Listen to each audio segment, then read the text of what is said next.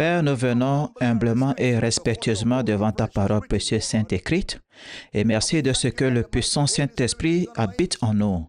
Alors nous nous réjouissons de ce que ta parole sort. Ce soir, avec clarté, ton peuple est équipé, édifié, fortifié, Jésus est glorifié.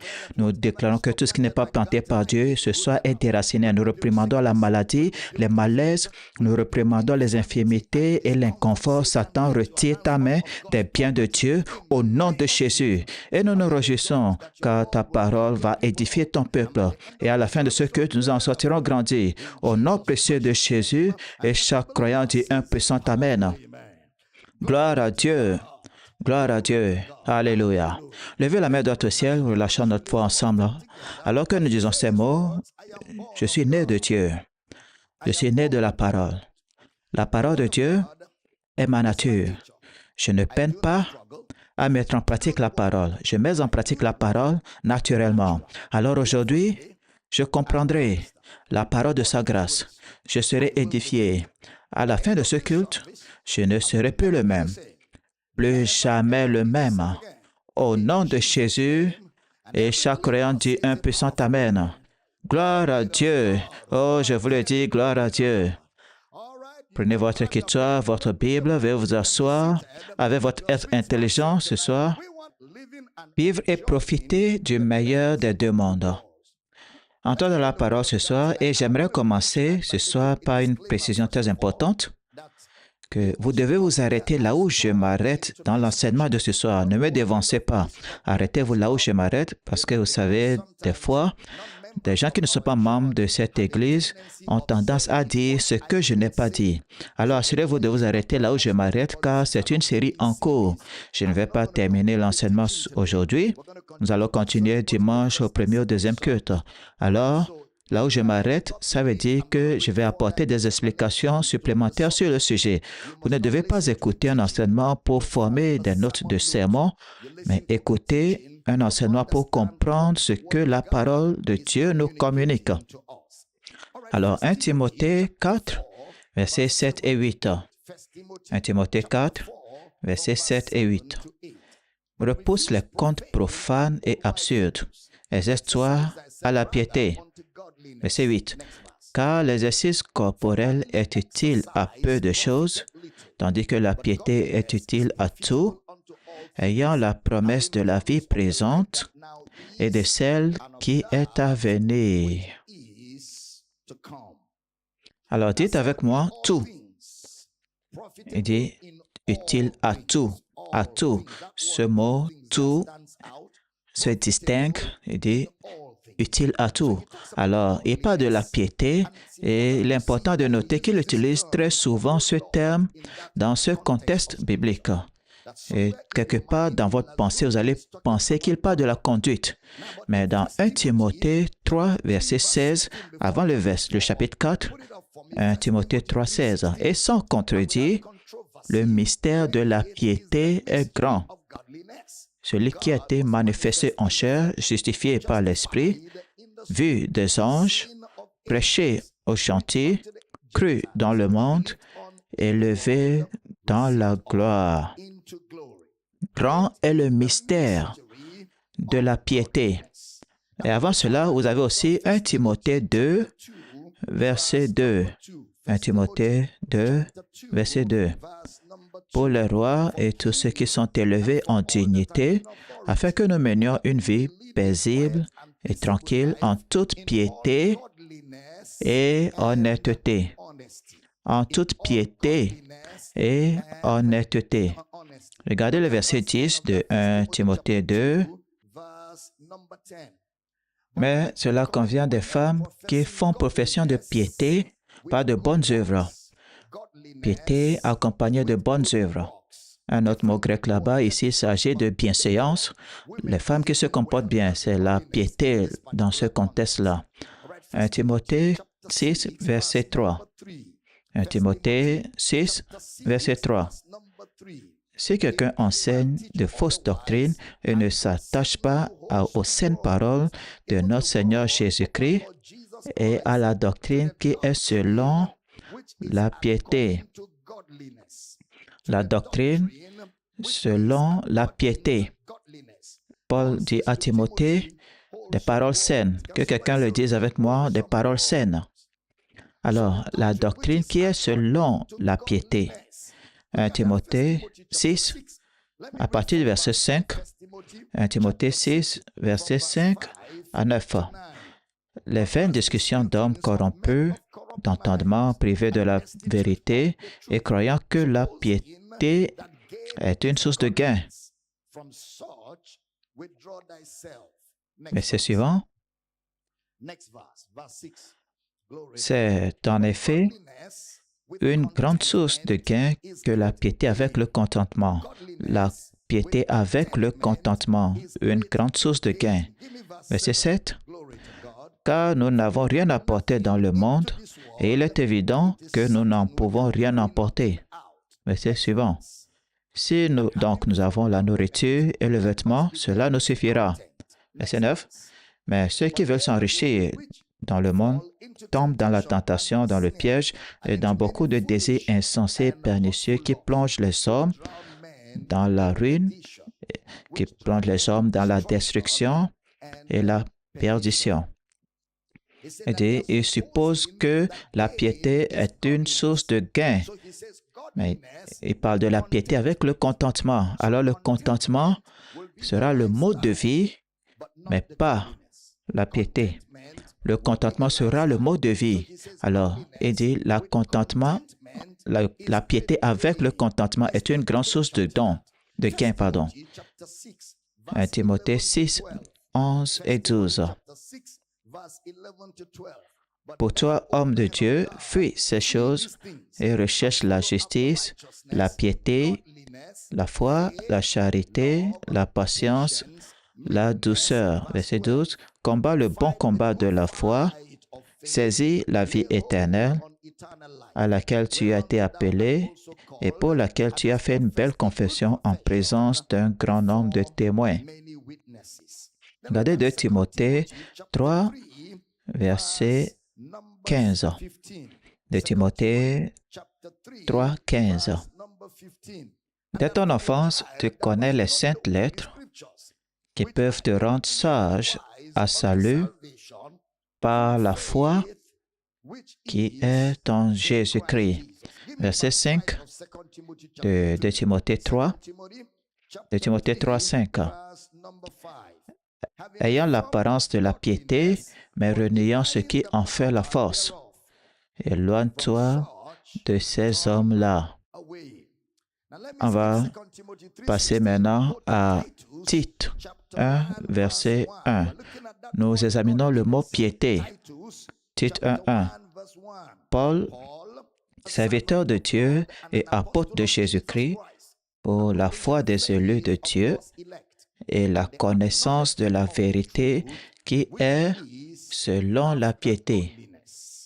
La connaissance de la vérité qui est selon la piété. Si vous lisez plus loin, il dit, maintenant, il repose sur l'espérance de la vie éternelle promise dès les temps anciens par Dieu. Alors, la vie éternelle qui se manifeste maintenant. On retourne à 1 Timothée 3, verset 16. 1 Timothée 3, verset 16. Gloire à Dieu. Et sans contredit, le mystère de la piété est grand. Celui qui a été manifesté en chair, justifié par l'Esprit, vu des anges, prêché aux gentils, cru dans le monde, élevé dans la gloire. Alors il appelle la piété un mystère. Ça veut dire, on ne peut pas parler de cela en termes de conduite, car la piété est un mystère. Grand est le mystère de la piété. Regardez 1 Timothée 4, 7. Beaucoup d'écritures, mais bon pour votre dignité de saint. Refuse les contes profanes et absurdes. Exerce-toi plutôt à la piété. Alors, il appelle la doctrine ou l'évangile et ce qu'il implique, la piété. l'Évangile et ce qu'il implique, le frère Paul l'appelle la piété. Écoutez très attentivement. Dans 1 Timothée 4:7, il dit l'exercice corporel est utile à peu de choses. Le mot utile, c'est le mot ophilémos dans le grec, ophilémos, ce qu'il a utilisé plus tard dans 2 Timothée 3, verset 16. Nous lisons 2 Timothée 3, verset 16. Toute écriture est inspirée de Dieu, est utile pour enseigner, pour convaincre, pour corriger, pour instruire dans la justice. Le mot utile, c'est le mot ophilémos. Cela ressemble à un avantage, mais c'est plus qu'un avantage, car il ne fait pas de comparaison. Il dit c'est utile, c'est-à-dire il parle de l'utilisation. En d'autres termes, lorsque vous utilisez le mot ophilémos, il parle de son usage, de l'usage. Nous pouvons utiliser la piété à une fin particulière. Nous pouvons utiliser la piété à une fin particulière. Là, il affirme que c'est utile. Le même mot utilisé dans Tite 3, verset 8. Nous lisons Tite 3, verset 8. Cette parole est certaine et je veux que tu affirmes ces choses afin que ceux qui ont cru en Dieu s'appliquent à pratiquer de bonnes œuvres. Voilà ce qui est bon et utile aux hommes. Alors, utile, c'est quelque chose que vous utilisez ou quelque chose dont on profite des avantages. Vous l'utilisez et il appelle la piété un mystère ou une doctrine.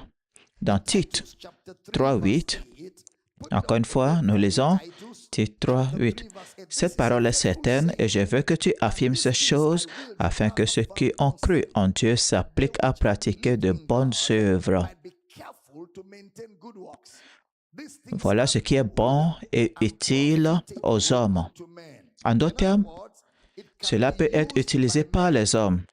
Alors, il dit que l'exercice corporel est utile à peu de choses, quelque chose à laquelle il faut bien réfléchir. Il combine deux mots, le mot soma et le mot tychus.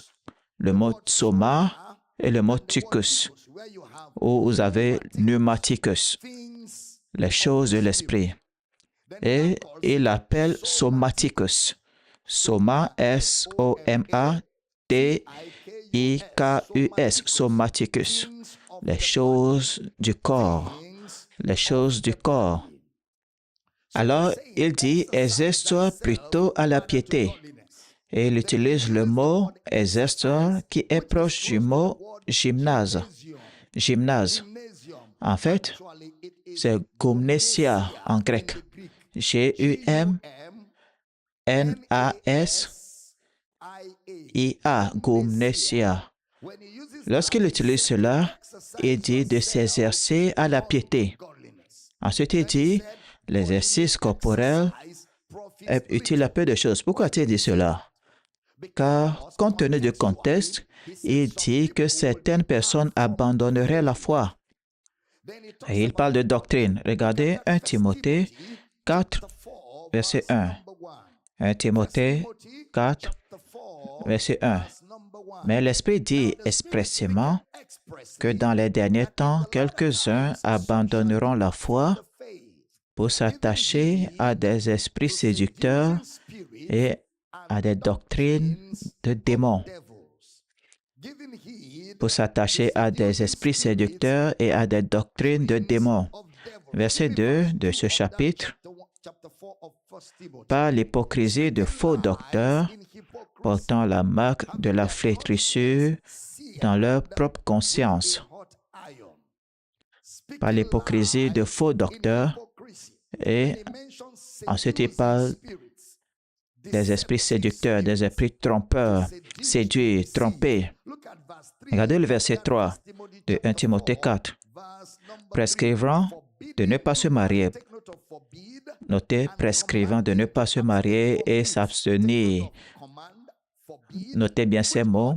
S'abstenir d'aliments que Dieu a créés pour qu'ils soient pris avec action de grâce par ceux qui sont fidèles et qui ont connu la vérité, ceux qui sont fidèles et qui ont connu la vérité.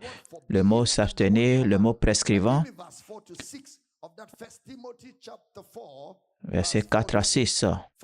Car tout ce que Dieu a créé est bon et rien ne doit être rejeté pourvu qu'on le prenne avec action de grâce, parce que tout est sanctifié par la parole de Dieu et par la prière.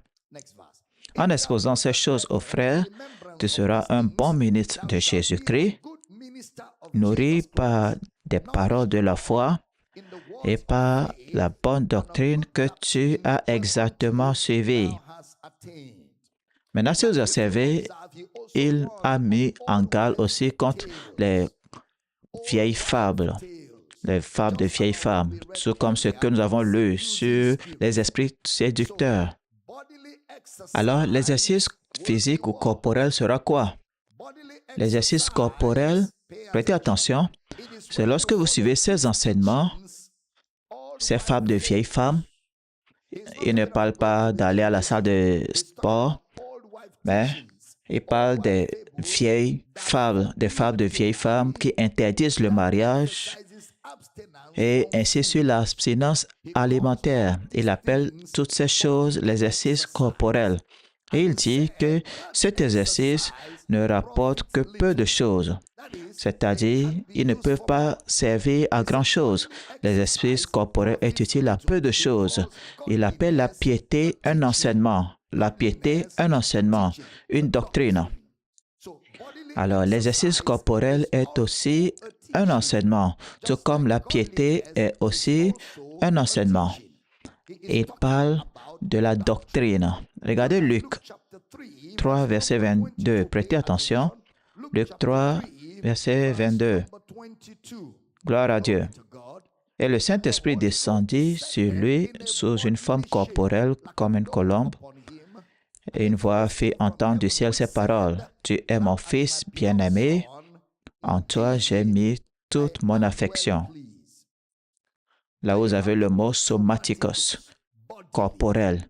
Lorsqu'il dit que le Saint-Esprit est descendu sous une forme corporelle, ça veut dire l'homme Jean-Baptiste, dans Luc 3, 22, parle de quelque chose dont il a été témoin dans le naturel. Alors, il dit que l'exercice corporel est utile à peu de choses. Il appelle la piété les paroles de la foi et de la bonne doctrine. C'est comme ça qu'il décrit la piété, les paroles de la foi et de la bonne doctrine. Car vous et moi aurions pensé que s'abstenir de manger et interdire de manger serait un acte de piété. Mais c'est une fausse doctrine et c'est un exercice corporel. La fausse doctrine sera un exercice corporel. Il utilise le mot exercice qui est le mot gymnasia. Alors, il nous faut examiner comment Paul et d'autres auteurs ont utilisé cela. L'application de ce mot dans notre exégèse. Hébreux 5, verset 14. Hébreux 5, 14. Mais la nourriture solide est pour les hommes faits, pour ceux dont le jugement est exercé par l'usage à discerner ce qui est bien et ce qui est mal. Dont le jugement est exercé par l'usage à discerner ce qui est bien et ce qui est mal. L'écrivain des Hébreux s'en est servi pour exercer vos sens spirituels. Donc, il est utilisé pour le discernement, afin de discerner ce qui est bien et ce qui est mal. Le mot exercice, c'est le même mot gymnasia. Hébreux 12, 11. Gymnasia. Hébreux 12, 11. Il est vrai que tout châtiment semble d'abord un sujet de tristesse et non de joie, mais il produit plus tard pour ceux qui ont été ainsi exercés un fruit paisible de justice. Ceux qui ont été ainsi exercés, le même mot, s'exercer. S'exercer, c'est le mot gymnasia. Ça parle d'enseignement. Alors, il dit que l'exercice corporel, c'est-à-dire s'exercer pour répondre aux besoins physiques, s'exercer pour répondre aux exigences physiques, il dit cela ne sert pas à grand-chose. Le mot Holigos, O-L-I-G-O-S, Holigos, utilisé pour le temps et l'espace, peu de choses. Ça sert à peu de choses, Holigos, utilisé pour le temps et l'espace. Alors, le temps et l'espace ont très peu de valeur. Le temps et l'espace ont très peu de valeur. Alors, il dit que l'exercice corporel, c'est-à-dire s'abstenir de ceci, s'abstenir de cela, ne porte pas de boucle d'oreille, ne porte pas de vêtements appartenant à un homme, ne porte pas de vêtements appartenant à une femme, n'attache pas ta tête, ne porte pas d'écharpe, ne mange pas ça, ne mange pas ceci, interdit de se marier. Il dit cela sert à peu de choses. Insignifiant. Colossiens 2 va nous donner beaucoup plus d'explications. Alors, l'exercice corporel est une doctrine. Est-ce que c'est clair?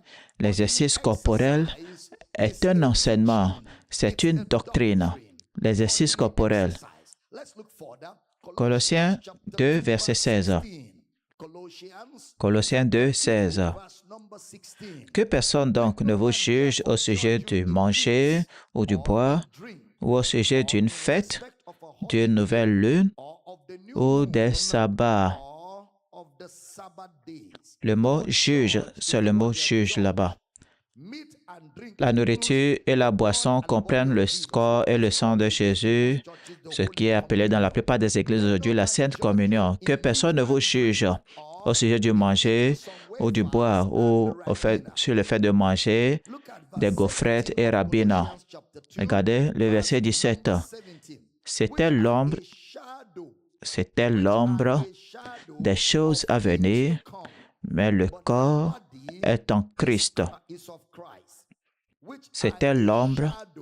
Maintenant, le mot ombre, c'est le mot ténèbres, le mot skia, ténèbres. C'était l'ombre, c'était les ténèbres des réalités. Il préfigure la réalité. Regardez le verset 18 de Colossiens 2. Qu'aucun homme, sous une apparence d'humilité par un culte des anges, ne vous ravisse à son gré le prix de la course, tandis qu'il s'abandonne à ses visions et qu'il est enflé d'un vain orgueil par ses pensées charnelles. Alors, le mot tromper veut dire que personne ne vous triche, que personne ne vous trompe, ne vous ravisse. Alors, lorsque vous soumettez à la loi, vous respectez la loi, vous êtes dans le culte des anges, ce que nous appelons angelos treskia. Vous êtes dans le culte des anges. Regardez les versets 19 et 20. Colossiens 2, 19 et 20. Alors vous êtes attachés au culte des anges et vous ne tenez pas la tête, vous ne tenez pas Christ. Vous prenez rabbinat, vous prenez le mouchoir, vous faites des interdits et des autorisations de la loi et vous ne tenez pas Christ. Il dit, sans s'attacher au chef dont tout le corps assisté, solidement assemblé par des jointures et par des liens, tire l'accroissement que Dieu donne. C'est seulement lorsque vous tenez Christ que vous avez la nourriture. Il n'y a pas de nourriture dans le rabbinat ou le jus. Il n'y a pas de nourriture spirituelle dans le pain. Il n'y a pas de nourriture spirituelle dans l'huile d'olive. C'est seulement lorsque vous tenez la tête, lorsque vous tenez au chef, que vous avez la nourriture. Regardez les versets 21 et 22. Car lorsqu'il parle des rudiments du monde, il parle de la loi de Moïse. Versets 20 à 22. Si vous êtes mort avec Christ au rudiment du monde, parlant de la loi de Moïse, pourquoi, comme si vous viviez dans le monde, vous impose-t-on ces préceptes? 21. Ne mange pas, ne goûte pas, ne touche pas. 22. Préceptes qui deviennent tous pernicieux par l'abus et qui ne sont fondés que sur les ordonnances et les doctrines des hommes. Vous voyez pourquoi il dit que ça sert à peu de choses?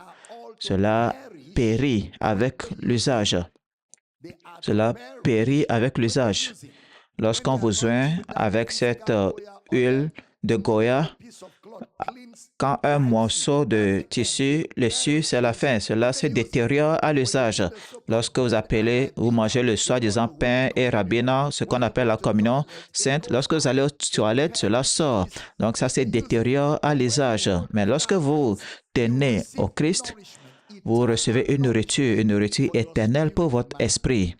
Alors cela périt avec l'usage. Verset 23 de Colossiens 2.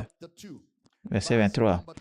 Ils ont à la vérité une apparence de sagesse en ce qu'ils indiquent un culte volontaire de l'humilité et le mépris du corps, mais ils sont sans aucun mérite et contribuent à la satisfaction de la chair.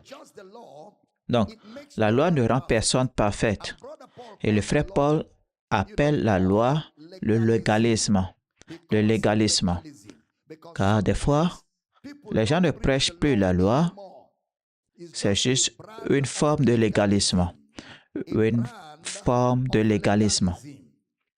Il dit que l'exercice corporel est utile à peu de choses. Maintenant, on retourne à 1 Timothée 4. Nous voulons voir rapidement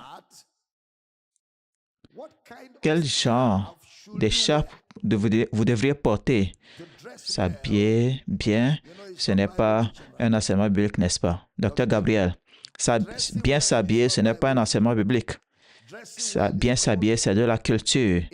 C'est la culture d'un peuple qui définit ce qui est bien s'habiller. C'est la culture, ce n'est pas un enseignement biblique. C'est pourquoi il n'y a pas d'enseignement biblique sur la façon de s'habiller. La seule chose que la Bible a dit sur la tenue vestimentaire, c'est la modestie, c'est tout. Habillez-vous modestement, habillez-vous pour la gloire et l'honneur, c'est tout.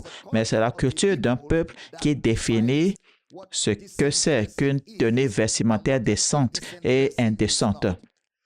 Alors, cela signifie que bien s'habiller fait partie de l'entraînement à domicile. Ce n'est pas une série d'enseignements dans l'Église. Les esprits séducteurs viennent de ceux qui l'enseignent, car le frère Paul a dit que ce sera une manifestation de sagesse. Ça allait bien. Vous savez, lorsque vous ne faites qu'enseigner la moralité, la morale, ça fait bonne figure. Ça ressemble à un chrétien. Quelqu'un dit, je suis né de nouveau hier soir et il a rasé sa tête, ou bien ça drôle de coiffure. Ça ressemble à un chrétien. Ça donne l'illusion d'un culte, de la volonté, mais ça n'a aucune valeur. Alors, l'exercice corporel est utile à peu de choses, c'est insignifiant, et dit que la piété est utile à tout. Ayant la promesse de la vie présente, le mot non, N-U-N, c'est-à-dire qui est maintenant et de celle qui est à venir. Alors, il dit que la piété est pour maintenant et la piété est pour l'avenir. C'est quoi la piété? Le mot piété, c'est le mot grec ousébia. Ousébia. E-U-S-E-B-E-I-A. E-U-S-E-B-E-I-A. Vous savez, plusieurs personnes dans la traduction, à cause du mot racine de ce mot ousébia, ce même mot que les apôtres ont utilisé, a un contexte, a un usage de fond. Chaque mot qu'ils utilisent a une histoire. Maintenant, Eusébia était utilisé pour la dévotion, c'est-à-dire vous vous présentez devant un Dieu ou une divinité, quelqu'un qui est doté d'une stature surnaturelle. Alors, ce que vous faites devant ou envers cette divinité est appelé piété. C'est pourquoi certains traducteurs grecs vont l'appeler la dévotion. Vous êtes pieux. Vous êtes pieux. Être pieux veut dire témoigner de la révérence envers un Dieu. Vous adoptez certains comportements. C'est pourquoi Paul devait utiliser ce mot pour dire, il dit que ce n'est pas un exercice corporel. Ça n'a rien à voir avec ne goûte pas, ne mange pas, ne touche pas, ne manipule pas. Ce qui doit aller de soi avec ousébia devant un Dieu. Alors il dit qu'il ne s'agit pas des choses à faire et à ne pas faire. Alors nous pouvons dire que le mot ousébia sera votre réponse à la divinité. Alors, il dit que votre divinité ne peut pas être un exercice corporel. Paul a utilisé la même chose dans Acte 3, verset 12.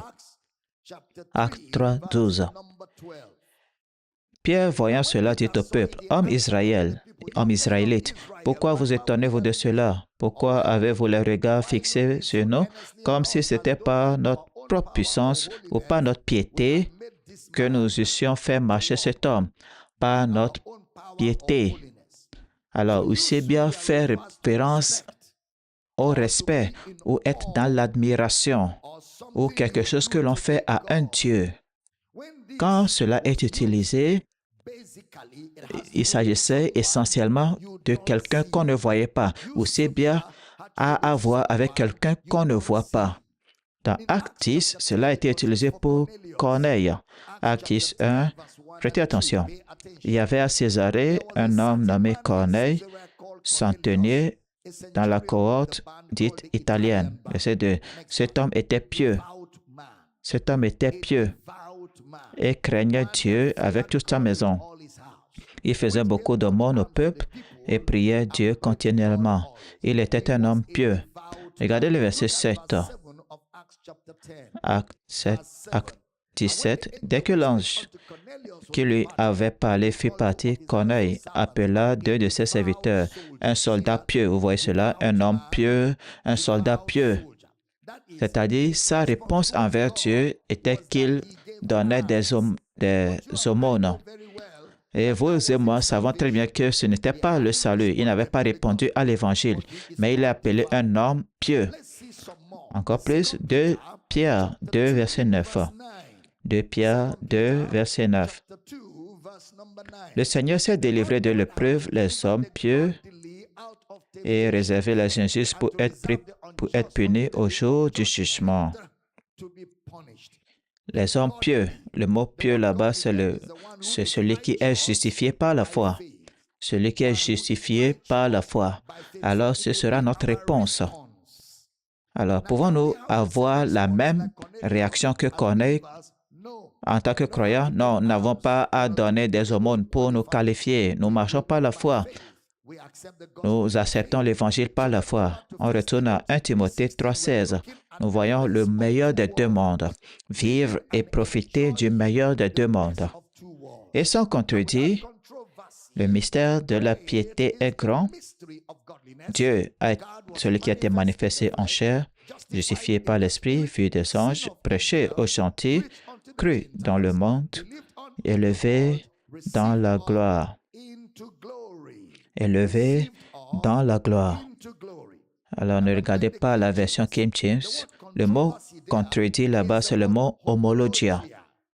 Homologia.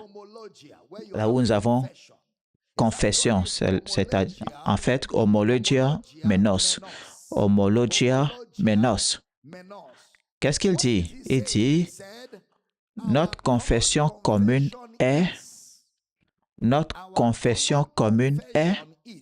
homologio menos.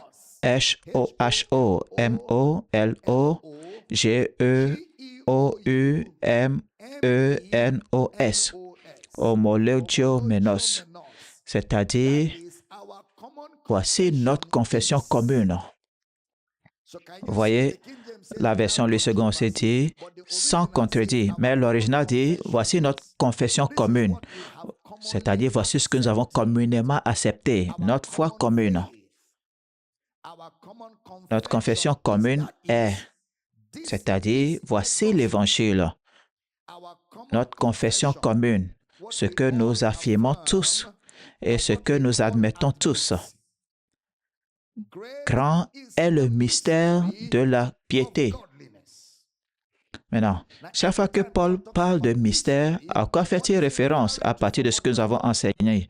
L'Ancien Testament, Genèse à Malachie. Alors Paul, comme Jésus dans Jean 4, enseigne la vraie adoration. Grand est le mystère, c'est-à-dire sans contredit, notre confession commune. Grand est le mystère de la piété. Il dit, notre confession commune, c'est que Dieu a été manifesté en chair. Dieu a été manifesté en chair. Vous pouvez voir deux mots opposés, mousterion et phénoresis. Mousterion et phénoresis. Mousterion veut dire ce qui va être expliqué. C'est ce que ça veut dire, mousterion. Ce qui va être expliqué. D'accord? Alors il dit, ce qui est sur le point d'être expliqué ou ce qui n'est pas encore expliqué, le mystère. C'est quoi ce mystère? Notre confession commune, c'est que Dieu a été manifesté. Alors, dans l'Ancien Testament, qu'est-ce qu'on a au sujet de Dieu? Le mystère. Qu'est-ce que nous avons aujourd'hui? La manifestation. Ancien Testament, mystère. Aujourd'hui, manifestation. Grand est le mystère de la piété. Rappelez-vous, la piété, c'est notre réponse. Comment nous répondons à Dieu. Alors, grand est le mystère de notre réponse. Dieu a été manifesté en chair. Dieu a été manifesté en chair. Le mot phénoresis ou phénerou, P-H-A, N-E-R-2-O, P-H-A-N-E-R-O-O, utilisé 49 fois. Ça veut dire très clair. Dieu a été très clair dans la chair. Dieu a été visible ou très clair dans la chair. Auparavant, Dieu était dissimulé comme un mystère dans l'Ancien Testament, mais maintenant, Dieu est très clair. Très clair où? Très clair dans la chair. C'est-à-dire, Dieu a été pleinement ou s'est fait pleinement visible dans la chair. Alors, où se trouve le mystère? L'Ancien Testament. Où se trouve la manifestation? Dans les Épîtres. Dieu a été manifesté en chair, justifié. Alors, la question est celle-ci. Qu'est-ce qui a été justifié? Dieu ou sa manifestation? Qu'est-ce qui a été justifié? Sa manifestation. Sa manifestation, où ça? Il a été justifié par l'Esprit. C'est le mot daikaio dans le grec. 39 fois, ça veut dire approuvé, daikaio. Ça veut dire que cette manifestation a été désormais approuvée par l'Esprit ou dans l'Esprit. La manifestation de Dieu dans la chair a été désormais approuvée dans l'Esprit. C'est ainsi que ce qui a été révélé a été approuvé. Cela a été approuvé dans l'Esprit. Qu'est-ce que ça veut dire? Par l'Esprit. Rappelez-vous, il a été vu des anges. Il a été prêché aux gentils. Alors, justifié par l'Esprit sera sa résurrection. Sa résurrection. Romains 1, 1 à 4. Romains 1, 1 à 4. Prêtez attention. Paul, serviteur de Jésus-Christ, appelé à être apôtre, mis à part pour annoncer l'évangile de Dieu. De Dieu qui avait été promis auparavant de la part de Dieu par ses prophètes dans les Saintes Écritures. Dans les Saintes Écritures, maintenant, quand il dit Saintes Écritures, il parle du mystère de l'Ancien Testament, verset 3 maintenant, et qui concerne son Fils, né de la postérité de David selon la chair. C'est ça l'Évangile. Et déclaré Fils de Dieu avec puissance, selon l'Esprit de sainteté, par sa résurrection d'entre les morts, Jésus-Christ notre Seigneur. Déclaré Fils de Dieu, c'est le mot horizo. Ça veut dire être désigné. Jésus a été désigné ou s'est mis en évidence comme le Fils de Dieu. C'est ce qu'il a distingué. Le Fils de Dieu, avec puissance, selon l'esprit de sainteté par sa résurrection d'entre les morts. Regardez le verset 5 de Romains 1. Par qui nous avons reçu la grâce et l'apostolat pour amener en son nom à l'obéissance de la foi tous les païens. Vous avez vu la même chose dont Paul parlait, répété ici, justifié ou approuvé dans l'esprit. Approuvé dans l'esprit. Alors, qu'est-ce qui a été approuvé dans l'esprit? Sa manifestation. La manifestation de Dieu dans la chair a été approuvée dans l'esprit ou par l'esprit. 1 Pierre 3, 18. 1 Pierre 3, verset 18. Christ aussi a souffert une fois pour les péchés, lui juste pour des injustes, afin de nous amener à Dieu, ayant été mis à mort quant à la chair, mais ayant été rendu vivant quant à l'esprit. Rendu vivant quant à l'esprit. Justifié dans l'esprit. Alors, Pierre l'appelle rendu vivant quant à l'esprit. Alors, il a vu des anges après qu'ils aient eu à dicter plusieurs choses sur Dieu dans l'Ancien Testament. Enfin, ils le virent. Ils l'ont vu dans la chair. Il dit, où se trouve la manifestation de Dieu? La manifestation de Dieu se trouve dans la chair ou dans un homme. Alors, Dieu a été pleinement révélé dans un homme. J'enseigne bien ce soir.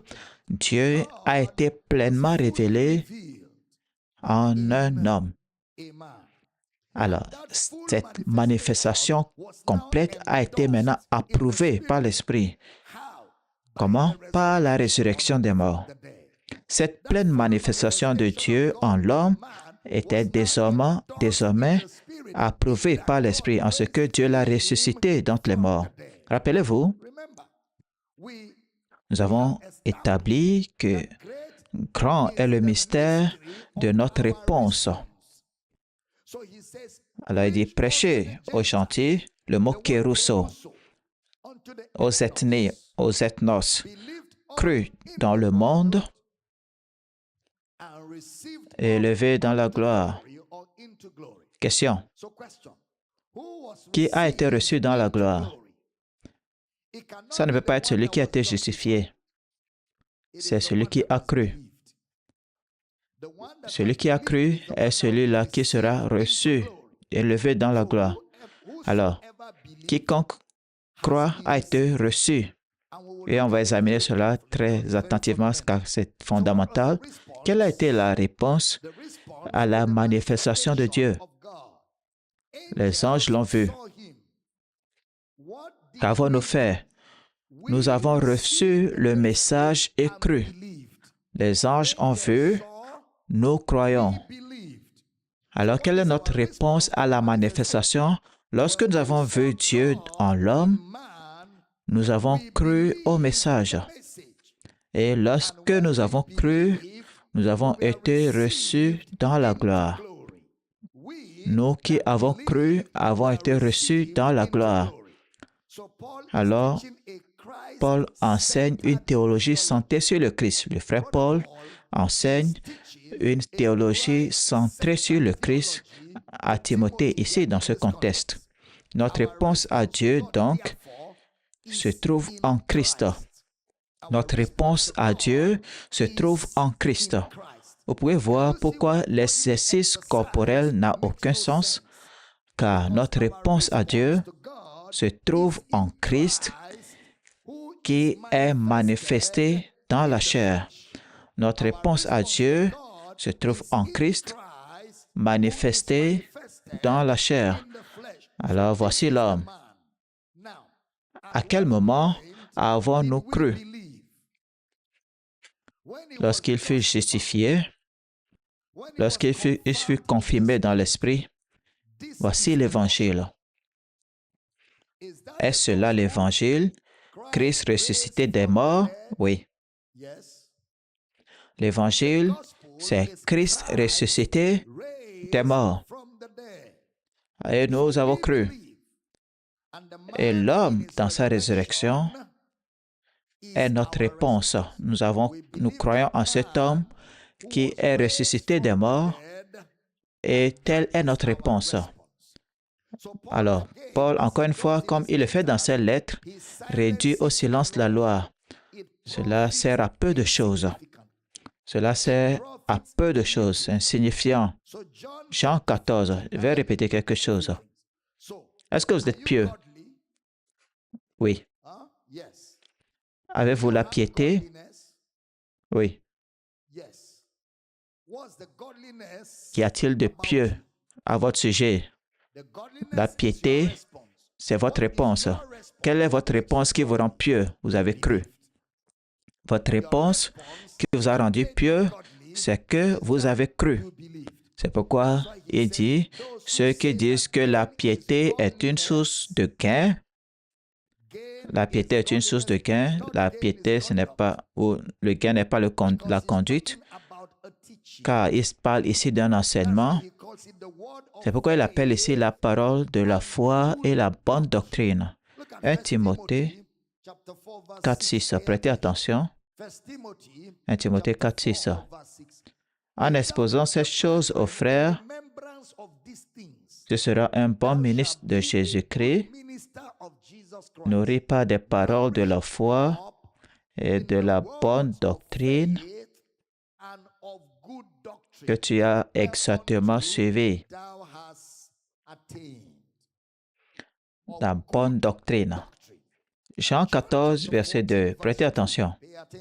Jean 14, 2. Il y a plusieurs demeures dans la maison de mon Père. Si cela n'était pas, je vous l'aurais dit. Je vais vous préparer une place. Écoutez très attentivement. Lorsque j'ai enseigné que les demeures ne sont pas des bâtiments dans le ciel, il y en a qui ne sont pas patients et ils sont allés me dire que c'est comme ça, je ne crois pas au ciel. Écoutez très attentivement.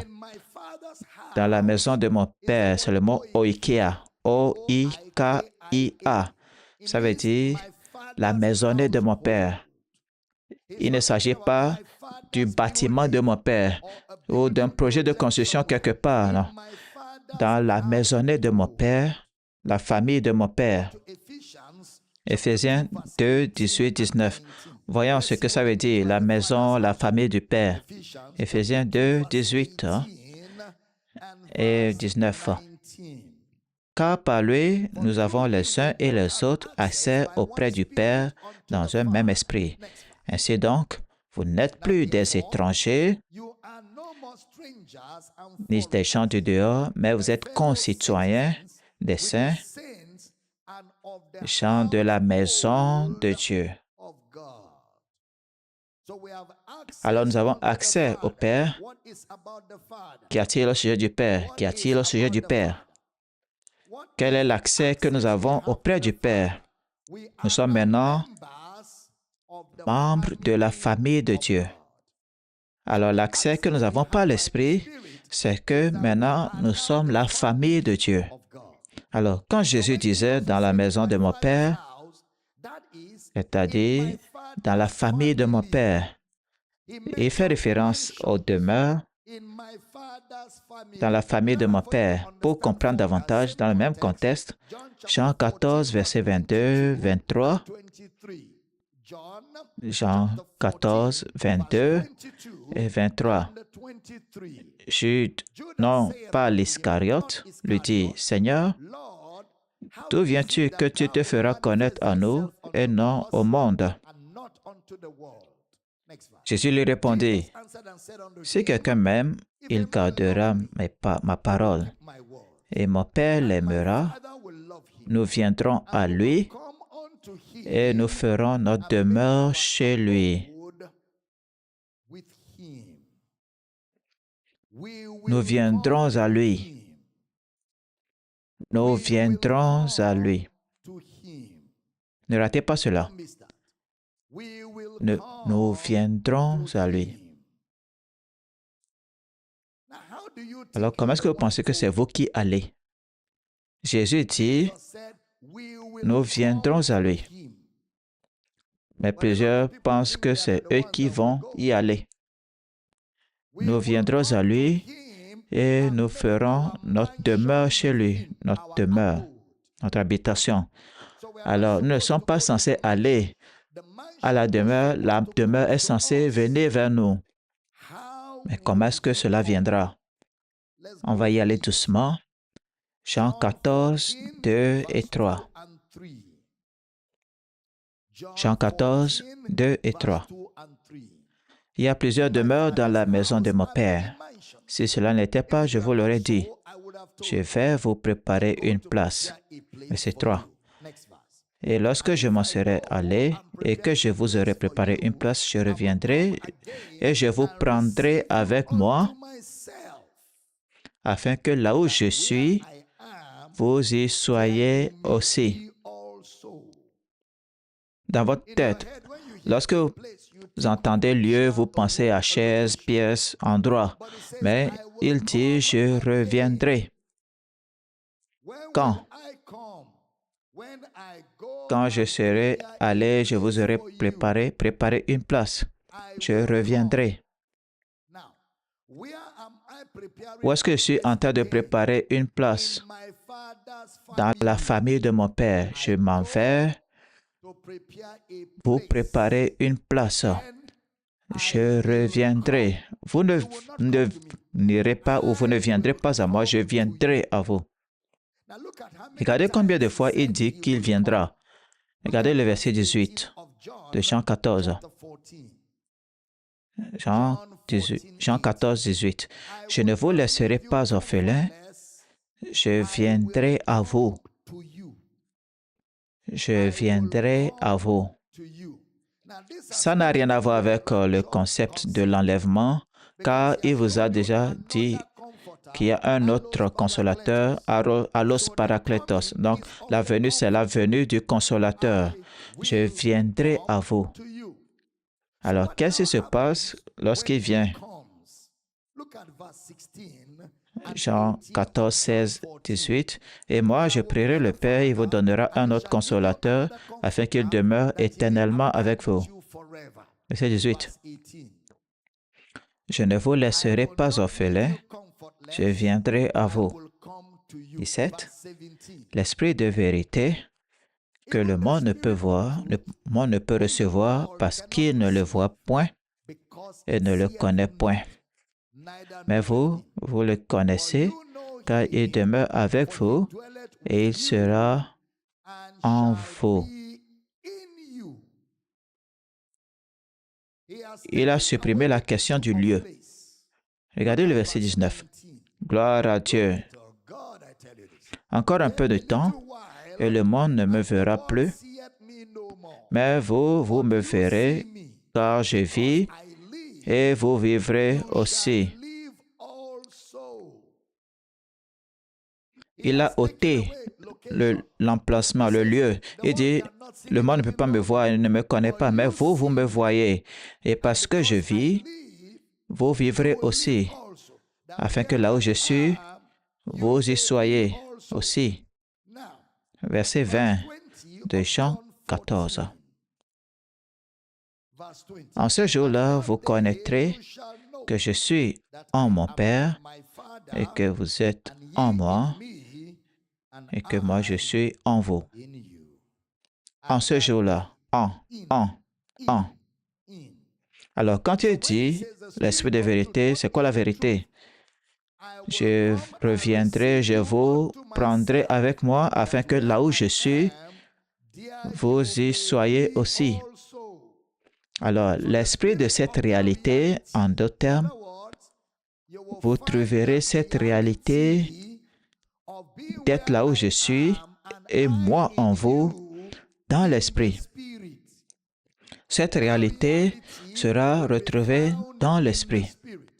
Question, quelle réalité? La réalité d'être dans la famille de Dieu sera une réalité spirituelle. On trouvera cela dans l'esprit. Alors, nous sommes membres de la famille de Dieu en esprit. Alors, votre appartenance à la famille de Dieu est une réalité spirituelle. Là où je suis, est-ce un lieu ou un état? Là où je suis, vous y soyez. Est-ce que c'est un lieu ou un état? Un état. Est-ce un lieu ou un statut? Un statut. Est-ce un lieu ou une nature? Une nature. Regardez Jean 14, 17. Gloire à Dieu. Jean 14, 17. L'esprit de vérité que le monde ne peut recevoir parce qu'il ne le voit point et ne le connaît point. Mais vous, vous le connaissez car il demeure avec vous et il sera en. Il demeurera avec vous pour toujours. Le même mot maintenant ou qui vient de monnaie, rester avec. Il demeurera avec vous. Il sera en. Jean 14, 9. Jean 14, 9. Jésus lui dit, il y a si longtemps que je suis avec vous et tu ne m'as pas connu, Philippe. Celui qui m'a vu a vu le Père. Comment dis-tu, montre-nous le Père? Wow. Vous comprenez maintenant? En ce jour-là, vous saurez que je suis en mon Père et vous en moi et moi en vous. Alors, lorsqu'il parlait, où était le Père? Lorsque Jésus parlait, où était le Père? Le Père était dans le Fils. Regardez Jean 14, 9 et 10. Jésus lui répondit, il y a si longtemps que je suis avec vous et tu ne m'as pas connu, Philippe. Celui qui m'a vu a vu le Père. Comment dis-tu? Montre-nous le Père. 10. Ne crois-tu pas que je suis dans le Père et que le Père est en moi? Les paroles que je vous dis, je ne les dis pas de moi-même, et le Père qui demeure en moi, c'est lui qui fait ses œuvres. Le Père qui demeure en le Fils ou dans le Fils, c'est lui qui fait les œuvres. Alors, l'Esprit sera qui? L'Esprit va apporter la réalité du Père à nous. L'Esprit va nous apporter la réalité du Père. Et voilà donc l'esprit de cette réalité. L'esprit de la réalité du Père. L'esprit de la réalité du Père en nous. Jean 4, 23. Regardez ceci. Mais l'heure vient, et elle est déjà venue, où les vrais adorateurs adoreront le Père en esprit et en vérité, car ce sont là les adorateurs que le Père demande. Adorer veut dire se présenter devant lui et le voir en esprit, qui est la vérité. Se présenter devant lui et le voir dans l'esprit, qui est la vérité. Alors, où est la vérité du Père? La vérité du Père est dans l'esprit. La vérité du Père est dans l'esprit. Regardez Jean 4, 24. Jean 4, 24. Dieu est esprit et il faut que ceux qui l'adorent, l'adorent en esprit et en vérité.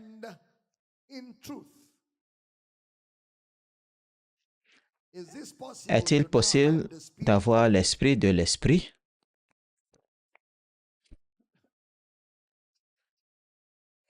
Parce que Dieu est esprit. Ensuite, il mentionne le mot Père. Où est le Père? Le Père est dans l'esprit. Alors, quand il dit l'esprit de vérité, c'est l'esprit du Père qui habite en nous.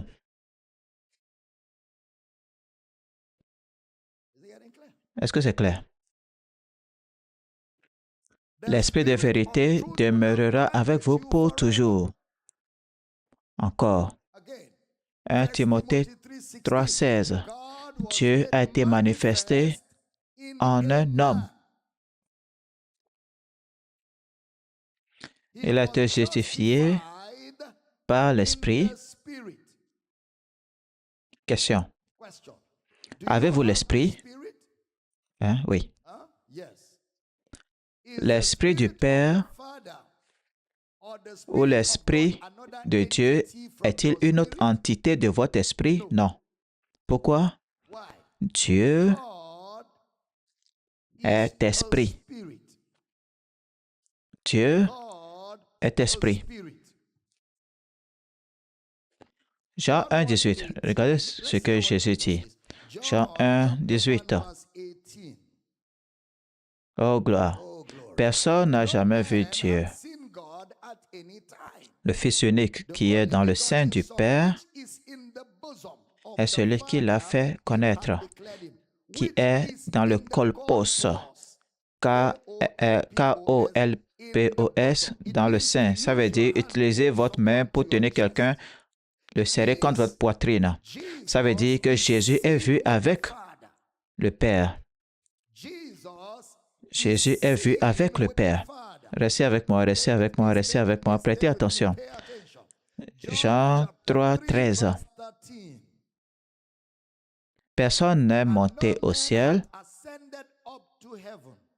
si ce n'est celui qui est descendu du ciel, le Fils de l'homme qui est dans le ciel. Ce n'est pas qui était. Alors, quand Jésus parlait dans Jean, où était-il? Dans le ciel. Vous savez, il n'y a pas de verset qui dit que les croyants iront au ciel. C'est là.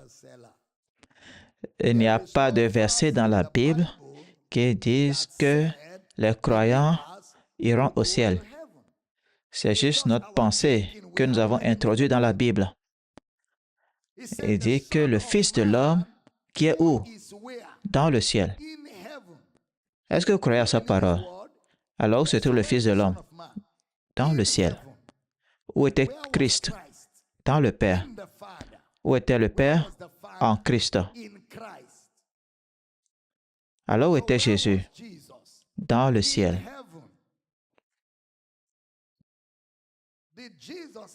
Jésus a-t-il jamais dit qu'il allait au ciel? Non.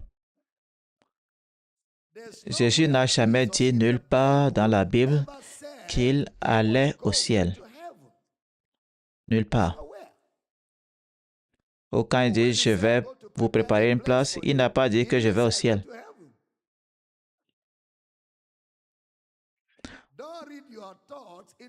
Ne mettez pas vos pensées dans les Écritures. Permettez aux Écritures de vous révéler leur véritable signification. Prêtez attention. Où était le Père? Le Père était dans le Fils. Où était le Fils? Au ciel. Le Père dans le Fils dans le ciel. On va dans Genèse 1, verset 1. Genèse 1, 1. Au commencement, Dieu créa les cieux et la terre. Moïse enseigne. Le ciel et la terre. Alors, où était Dieu quand le ciel a été créé? J'ai posé cette question il y a plusieurs années et jusqu'à aujourd'hui, beaucoup me la posent. Où était Dieu quand les cieux ont été créés? En fait, avant même la création du ciel et de la terre, puisqu'il y a un jour où le ciel et la terre ont été créés et Dieu n'a pas de commencement, où était Dieu avant la création du ciel et de la terre? Eh bien, Moïse, dans la lumière qu'il avait, l'a appelé l'Esprit de Dieu. Question. Où Dieu existait-il avant la création du ciel et de la terre? Il existait dans l'Esprit. Maintenant, il faut faire attention à l'emploi du mot « cieux » ou « ciel ». Dieu est esprit. Alors, quand vous dites que Dieu est esprit, c'est une tautologie. C'est une tautologie. L'Esprit de Dieu, comme s'il existait ailleurs. Quand Jésus disait donc, il en est de même pour quiconque est né de l'Esprit, c'est-à-dire né de Dieu, dans Jean 3, 8. On va lire ensemble. Jean 3, verset 8. Gloire à Dieu. Le vent souffle où il veut et tu en entends le bruit, mais tu ne sais d'où il vient ni où il va. Il en est de même, il en est ainsi de tout homme qui est né de l'Esprit. Il parle du Père. Alors, quand on dit né, on parle du Père. Le Père existe donc en tant qu'esprit. Le Père existe en tant qu'esprit. Alors le ciel et la terre étaient donc deux mondes. Et Dieu existait dans les deux mondes dans l'esprit. Il existait au ciel dans l'esprit, sur terre dans l'esprit. Avant le ciel et la terre dans l'esprit. Romains 8.2. Regardez comment le frère Paul le dit dans Romains 8.2. En effet, la loi de l'esprit de vie en Jésus-Christ m'a affranchi de la loi du péché et de la mort. Paul commence à utiliser des adjectifs. La loi de l'esprit de vie. Où est le Père, esprit? Alors, la loi de l'esprit de vie en Jésus-Christ. Romains 8.9. Romains 8.9. Pour vous, vous ne vivez pas selon la chair, mais selon l'esprit. Si du moins l'esprit de Dieu habite en vous. Si quelqu'un n'a pas l'esprit de Christ, il ne lui appartient pas. Nous sommes en Dieu, nous sommes dans le Père. Est-ce que c'est la même chose? Oui. Verset 11 de Romains 8. Ceci est beau. Et si l'esprit de celui qui a ressuscité Jésus d'entre les morts habite en vous, celui qui a ressuscité Christ d'entre les morts rendra aussi la vie à vos corps mortels par son esprit qui habite en vous. L'esprit de celui, l'esprit de Christ. Regardez le verset 14 de Romains 8. Car tous ceux qui sont conduits par l'Esprit de Dieu sont fils de Dieu. Alors l'Esprit de Dieu, Romains 8, 15. Et vous n'avez point reçu un esprit de servitude pour être encore dans la crainte, mais vous avez reçu un esprit d'adoption par lequel nous crions Abba Père. Alors l'esprit d'adoption est l'esprit de Abba. Il dit l'Esprit de Dieu, l'Esprit de Christ, l'Esprit des fils ou l'Esprit d'adoption par lequel nous crions Abba Père. Abba Père, ce n'est pas chanter. Nous crions Abba Père, que ton nom soit sanctifié. Non.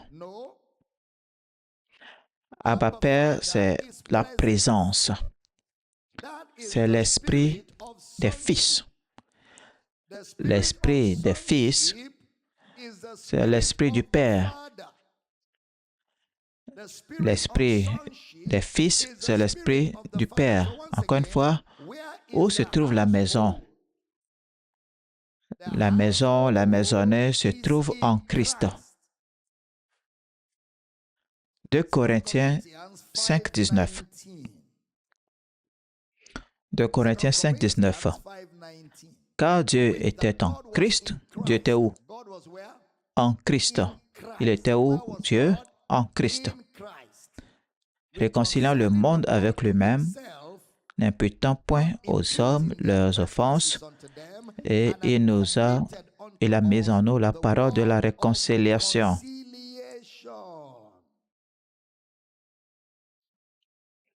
On reprend encore une fois. Je m'en vais vous préparer une place. Où se trouve la place là? Une chambre, une place, une cour, un bâtiment ou en Dieu, en Dieu. C'est en Dieu lui-même. Où était Dieu avant la création du monde? Il est esprit. Alors Dieu était dans l'esprit. Et Dieu est l'esprit. Dieu est l'esprit. Alors, quand nous disons que vous avez l'esprit de Dieu, ça veut dire que le Père demeure en vous. Alors, je vais vous préparer une place. Le mot grec, hitomatizo. Il y a deux mots. Deux mots utilisés. Numéro 1, hitomatizo. Et hitomatizo est différent de katarsequezo. Dans katarsequezo, on vient de l'extérieur pour faire quelque chose. Je vais l'épeler, comme ça vous allez bien écrire. Hitomatizo, H-E-T-O-I-M-A-T-I-Z-O. H-E-T-O-I-M-A-T-I-Z-O. Et katarsequezo, K-A-T-A-S-K-E-U-A-Z-O. Alors, dans katarsequezo, on vient de l'extérieur pour faire quelque chose.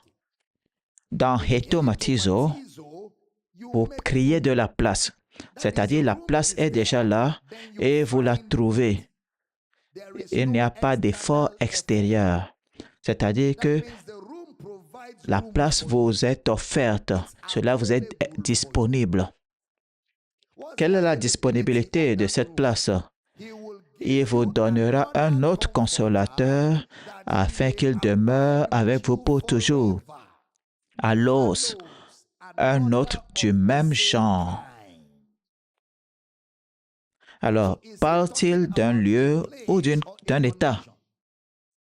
Un état. Alors, voici Jésus, il ressuscite des morts. Jean 20, 17. Prêtez attention. Jean 20, 17.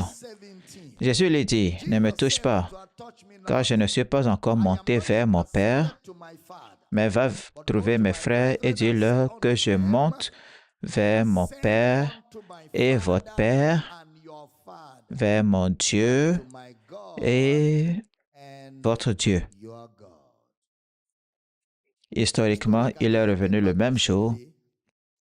Quand il dit « Je vais vers mon Père » dans Jean 14 pour préparer une place, non.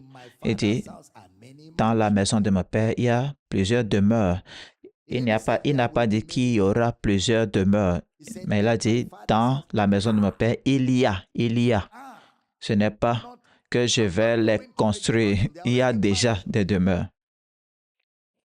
En d'autres termes, Jésus confirme la prophétie de la famille. Dans la maison de mon Père, il y a de nombreuses demeures. Alors, il parle beaucoup du royaume. Colossiens 1, 13, 14. Verset 12 plutôt. Rendez grâce au Père qui nous a rendus capables d'avoir part à l'héritage des saints dans la lumière. Suivant. Qui nous a délivrés de la puissance des ténèbres et nous a transportés dans le royaume du Fils de son amour. Dans le royaume du Fils de son amour. Où se trouve ce royaume? En lui. En lui, verset 14, en qui nous avons. Alors le royaume n'est pas un lieu. Où est le royaume? Le royaume est en lui. Le royaume est en lui. Hébreux 12, 22. Prêtez attention. Hébreux 12, verset 22. Mais vous êtes approchés de la montagne de Sion, de la cité du Dieu vivant, la Jérusalem céleste, des myriades qui forment le cœur des anges. Vous êtes venus à Sion, la cité du Dieu vivant. Qui est-ce que Jésus préparait? Le Père ou vous? Vous. Le lieu est-il une pièce ou bien un état? Un état. Jean 14, 20. Encore une fois. Jean 14, 20. En ce jour-là, vous connaîtrez que je suis en mon Père, que vous êtes en moi et que je suis en vous. Jean 14, 3 et 4. Jean 14, versets 3 et 4. Et lorsque je m'en serai allé et que je vous aurai préparé une place, je reviendrai et je vous prendrai avec moi, afin que là où je suis, vous y soyez. Vous savez où je vais et vous en savez le chemin. Question. Où est-il? Jésus est dans le Père. Paralambano. Je vous recevrai, je vous prendrai avec moi, c'est-à-dire je vous prendrai à moi-même. Alors regardez ce qu'il fait. Ce qu'il a fait, c'est assimiler le croyant à lui-même. Je vous prendrai avec moi. Il nous assimile à lui-même. Alors, où était-il quand il parlait?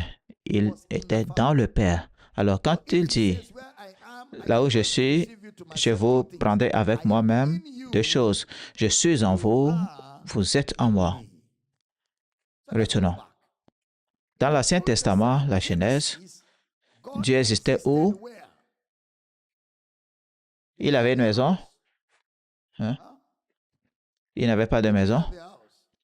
A-t-il jamais eu de maison? Dieu n'a jamais eu de maison.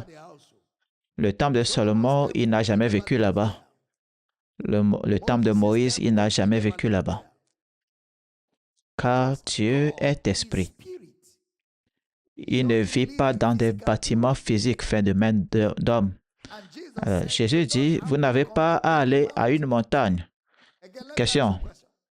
Où se trouve la manifestation de Dieu? Dans un homme. Dans un homme. Michée 5.2, prêtez attention. Michée 5.2 ou 1, selon.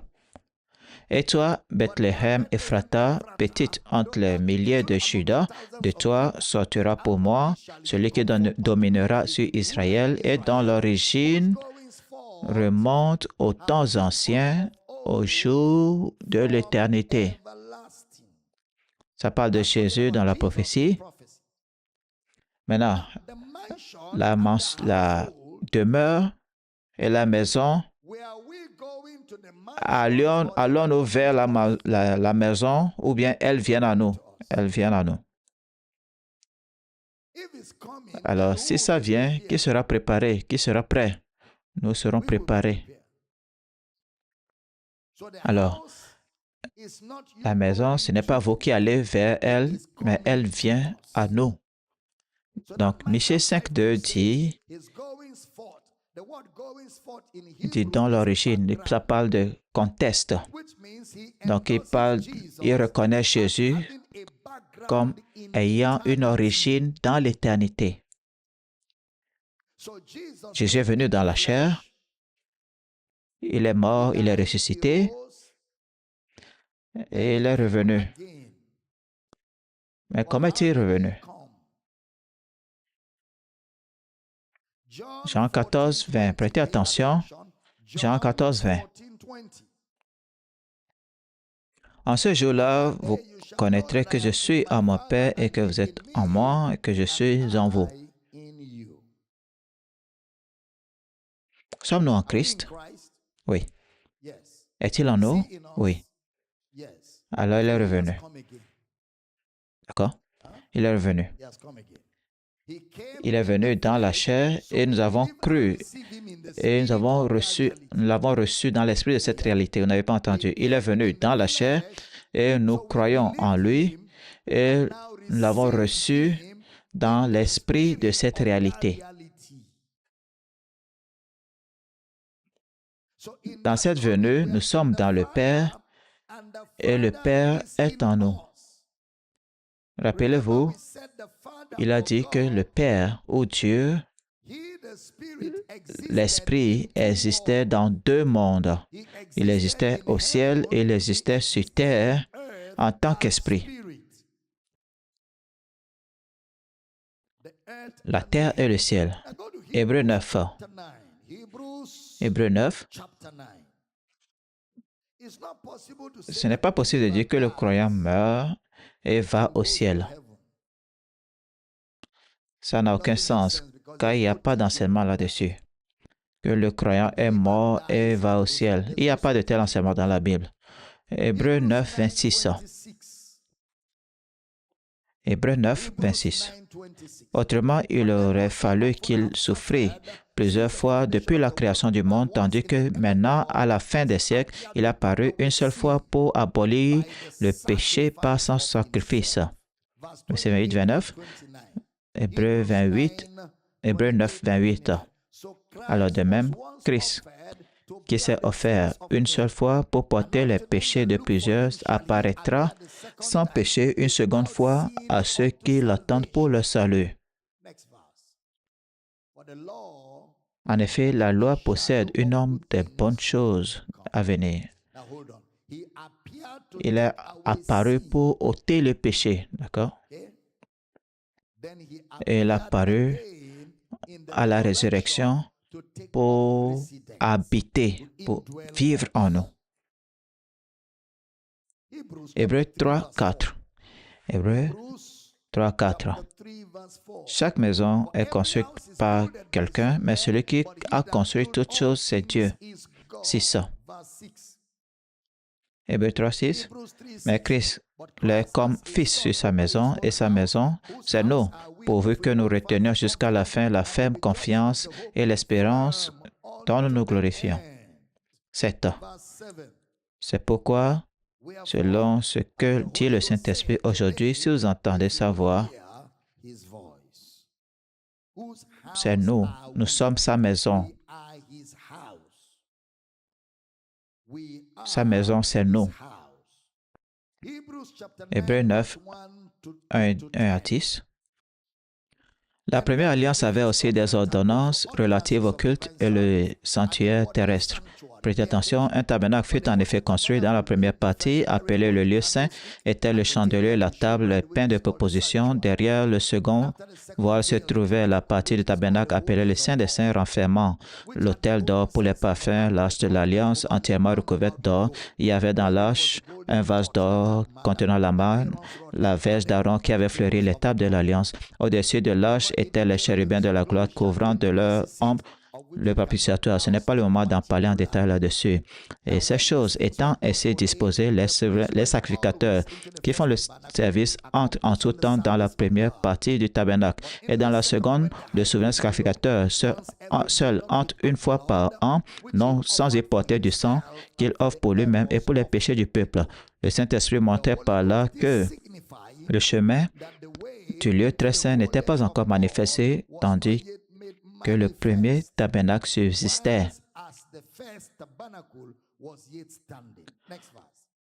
C'est une figure pour le temps actuel où l'on présente des offrandes et des sacrifices qui ne peuvent rendre parfait sous le rapport de la conscience celui qui rend ce culte. Et nous, et qui, avec les aliments, les boissons et les diverses ablutions, vous voyez cela? Ce dont on parlait auparavant, ce qui périt avec l'usage, qui étaient des ordonnances charnelles imposées seulement jusqu'à une époque de réformation. Mais Christ est venu comme souverain sacrificateur des biens à venir. Il a traversé le tabernacle plus grand et plus parfait qui n'est pas conçu de main d'homme, c'est-à-dire qui n'est pas de cette création. Il est entré une fois pour toutes dans le lieu très saint, non avec le sang des boucs et des veaux, mais avec son propre sang ayant obtenu une rédemption éternelle. Car si le sang des taureaux et des boucs et la sang d'une vache répandue sur ceux qui sont souillés sanctifient et procurent la pureté de la chair, combien plus forte, combien plus le sang de Christ qui, par un esprit éternel, prêtez attention, qui par un esprit éternel s'est offert lui-même sans tâche, purifiera-t-il votre conscience des œuvres mortes afin que vous serviez le Dieu vivant. Vous avez observé l'Esprit éternel, celui qui par un esprit éternel. Alors, où est-ce que Jésus a offert son sang? Dans vos cœurs. Qu'est-ce qu'il a mis dans vos cœurs? Son esprit. Il a offert son sang par l'Esprit éternel. Alors, la présence de l'Esprit était une preuve de l'œuvre accomplie de Christ lors de sa résurrection dans le cœur du croyant. Regardez Hébreux 2, 9 jusqu'à 11, prêtez attention. Mais celui qui a été abaissé pour un peu de temps au-dessus des anges, Jésus, nous le voyons couronné de gloire et d'honneur à cause de la mort qu'il a souffert, afin que par la grâce de Dieu souffrit la mort pour tous. Il convenait en effet que celui par qui et pour qui sont toutes choses et qui voulait conduire à la gloire beaucoup de fils, éleva à la perfection par la souffrance, le prince de leur salut. Car celui qui sanctifie et ceux qui sont sanctifiés sont tous issus d'un. C'est pourquoi il n'a pas honte de les appeler frères. Sa mort a amené plusieurs fils à la gloire. Il a purifié nos cœurs. Comment est-ce que Jésus a offert son sacrifice? Par l'Esprit éternel. Alors, quand on parle de nos cœurs purifiés, ce qui a purifié nos cœurs, c'est son Esprit. La purification de nos cœurs a été faite par la présence de son Esprit. La présence de son Esprit est le sang. La présence de son Esprit est l'œuvre accomplie. L'Esprit est la preuve de tout ce que Jésus a accompli par sa résurrection. Alors, qu'est-ce qu'il nous a donné en ressuscitant des morts? Il nous a donné son Esprit. Question. Où se trouve le tabernacle de Dieu? L'homme. D'accord? L'homme. Où se trouve la famille de Dieu? L'homme. Jésus nous a purifiés ou les choses ou les personnes. Jésus a purifié les personnes, nous. Hébreux 8, 1. Prêtez attention. Le point capital de ce qui vient d'être dit, c'est que nous avons un tel souverain sacrificateur qui s'est assis à la droite du trône de la majesté céleste dans les cieux, comme ministre du sanctuaire et du vrai tabernacle qui a été dressé par le Seigneur et non pas un homme. Prêtez attention, tout souverain sacrificateur est établi pour présenter des offrandes et des sacrifices, d'où il est nécessaire que celui-ci ait aussi quelque chose à présenter. S'il était sur la terre, il ne serait même pas ce sacrificateur, puisque là, ce sont ceux qui présentent des offrandes selon la loi, lesquels célèbrent un culte image et homme des choses célestes, selon que Moïse fut en fait divinement averti lorsqu'il allait construire le tabernacle. Et soin lui fit-il dire de faire tout selon le modèle qui était été montré sur la montagne. Alors, ce que Moïse a construit était une ombre, c'était une skia, ou c'était les ténèbres. Ce que Moïse a bâti dans Hébreux 8.5. On voit Hébreux 8.6 et verset 10. Mais maintenant, il a obtenu un ministère d'autant plus excellent qu'il est le médiateur d'une alliance plus excellente qui a été établie sur de meilleures promesses. Verset 10. Mais voici l'alliance que je ferai avec la maison d'Israël après ce jour-là, dit le Seigneur. Je mettrai mes lois dans leur esprit, je les écrirai dans leur cœur, et je serai leur Dieu, et ils seront mon peuple. Question. Où la loi de Dieu est-elle écrite aujourd'hui dans nos cœurs? Question. Où l'œuvre de la nouvelle alliance a-t-elle eu lieu? Dans nos cœurs. Paul dit, c'est écrit dans nos cœurs. Question. Qu'est-ce qui a été écrit dans nos cœurs? L'Esprit de Dieu. L'Esprit de Dieu a été écrit dans nos cœurs. Maintenant, nous sommes des ministres capables de la nouvelle alliance, non de la lettre, mais de l'Esprit. Nous sommes ministres de l'Esprit. Alors, l'œuvre de Jésus est dans l'Esprit. Question. Après sa résurrection, le Christ a-t-il porté le sang ou l'Esprit? C'est l'Esprit. L'Esprit. Dans Hébreux 9, il parle de la maison. Question.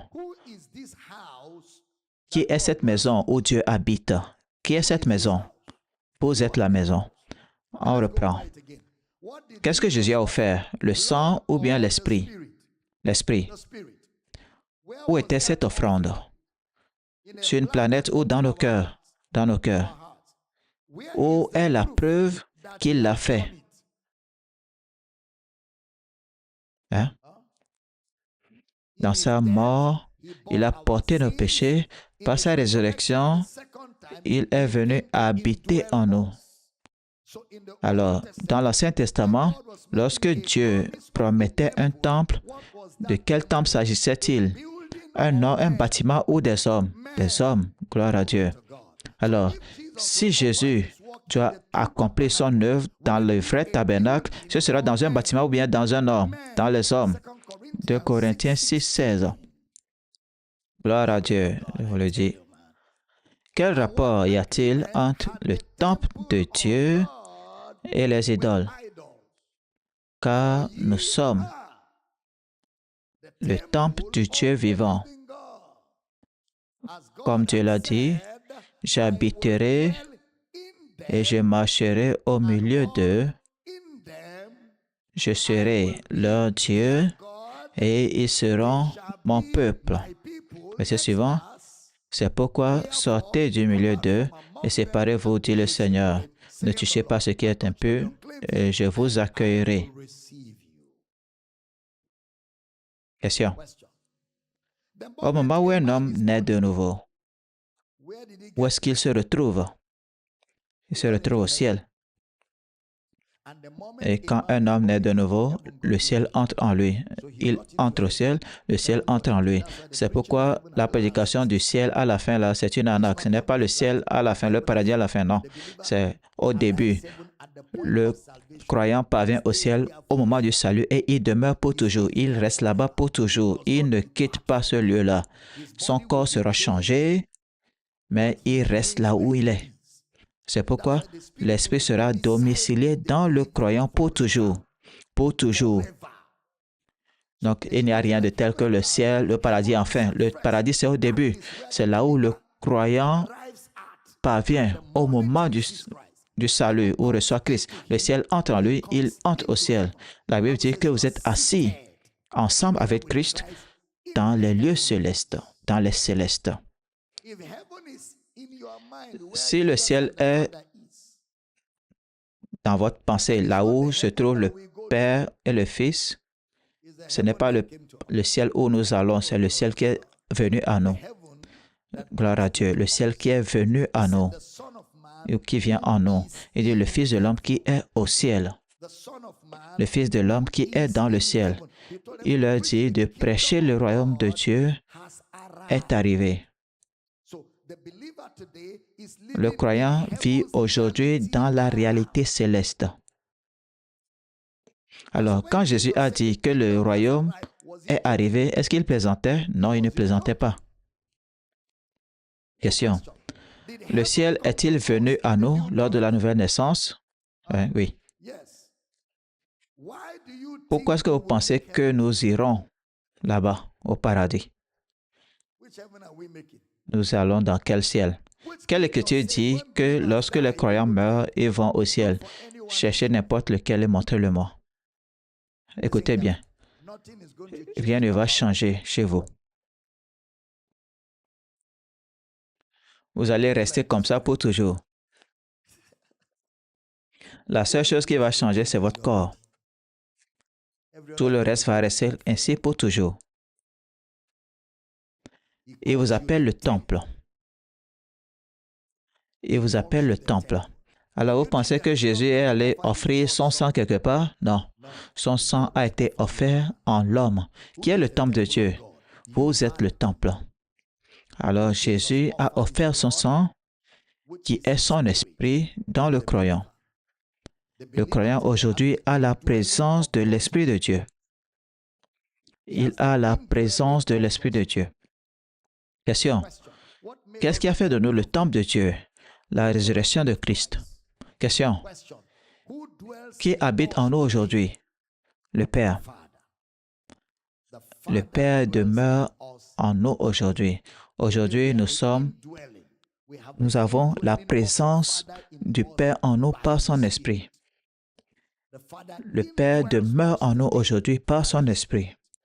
Alors aujourd'hui, nous sommes la demeure du Père. Nous sommes le lieu d'habitation du Père. Gloire à Dieu. Je dis gloire à Dieu. Et c'est pourquoi, en tant que croyants, nous devons faire attention aux choses que nous disons, que nous chantons, ce que nous écoutons. Vous savez, Dr. Gabriel, l'enseignement que j'avais donné le dimanche dernier où je parlais des canaux de mon esprit, ouvrez-vous.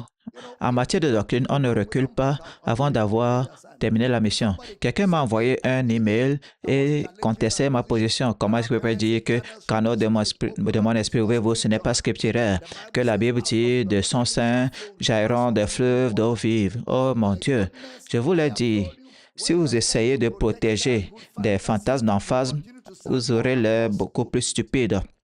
Ce passage que vous avez cité, celui qui m'a envoyé ce email, c'est dans Jean 7, 37.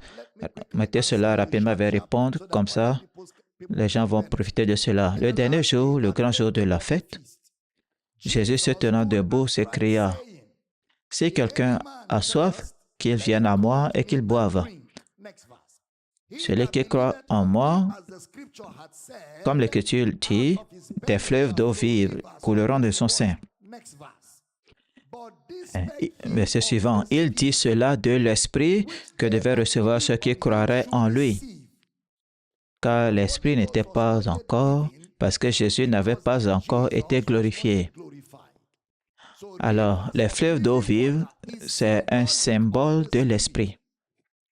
Et les fleuves d'eau vive ne jaillissent pas du croyant. Ça jaillit de Jésus pour que le croyant reçoive cela. Les rivières, les fleuves ne sortent pas de nous. Nous ne sommes pas ceux-là qui donnent l'Esprit. Jésus est celui qui baptise. Il baptise du Saint-Esprit. Alors, les fleuves d'eau vive coulent, jaillissent symboliquement de Jésus comme l'Esprit ou en tant qu'Esprit et se déversent dans le croyant. Donc, le fleuve ne coule pas du croyant. De quoi parles-tu? Les fleuves d'eau vive sont symboliques ou symbolisent l'Esprit que Jésus donnera. C'est à nous de recevoir. Si vous lisez Jean, tout ce qui concerne l'eau et les fleuves, c'est symbolique, symbole de l'Esprit. Dans le Nouveau Testament, nous n'utilisons pas des symboles, nous utilisons des mots, des paroles, nous parlons, nous utilisons des paroles que le Saint-Esprit enseigne. C'est pourquoi il faut faire attention aux mots.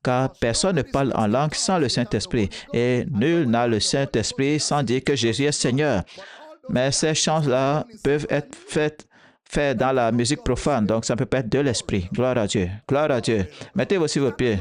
On va finir ce culte. Quel culte? Gloire à Dieu pour toujours. Alléluia. Dis avec moi, je suis la maison de Dieu. Je suis le temple du Saint-Esprit. Je suis la demeure du Père. Gloire à Dieu. Rappelez-vous, je vous ai dit au commencement, ne dépassez pas là où je me suis arrêté. Arrêtez-vous là où je me suis arrêté, car il y a d'autres choses à expliquer concernant le Père, Jésus, la présence de l'Esprit et le croyant. Mes frères, les amis, nous sommes dans le meilleur des deux mondes. Esprit au ciel, esprit sur terre. Ciel et terre. Double citoyenneté en même temps. Tout ce que vous lirez sur la terre sera lié dans le ciel. Ce que vous délirez sur la terre sera délié dans le ciel. La famille de Dieu au ciel et sur terre.